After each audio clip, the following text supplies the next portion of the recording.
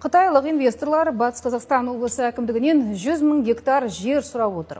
Бұл ақпаратты шындыққа жанаспайды мүмкін емес деп жүрсем, Нариман Төреғалиев ел арасындағы тараған бұл ақпараттың рас екенін айтып, рұқсатын беруге дайын екенін жеткізді. 100 000 гектар дегеніміз Лихтенштейн, Мальта, Андорра, Люксембург, Кипр, Косово, Черногория, осы мемлекеттердің барлығын қосқан кезде жер аумақтары 100 000 гектарға жетпейді.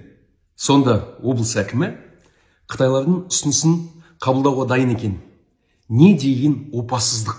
Тіпті жергілікті билік қытайлықтардың бұл ұсынысын қабылдауға дайын екен. Тек қойылған тиісті талаптарды орындаса болғаны. Ондай талаптарды тыңдап көрсеңіздер, кез келген компания орындай алады.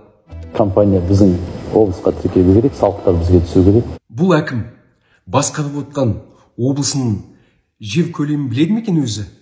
Білмесе мен айтып қояйын. Батыс Қазақстан облысының жер аумағы 150 000 гектар ғана. Сонда 100 000 гектарын беруге дайын болса, яғни бүкіл облысының 3/2 бөлігі берген деп отса, онда бізге шеттен ешқандай жаудың да қажеті жоқ. Жаудың бәрі өзімізде, ішімізде екен. Және де мына әкім не бойтесь, китайцы деп қоятынын қайтесіздер. Бұған қарағанда бір келісіп қойған жобалар бар сияқты. Мен айтып қояйын, бұл әкімге атасының басы. Бұл әкім жұмысынан кететін болсын.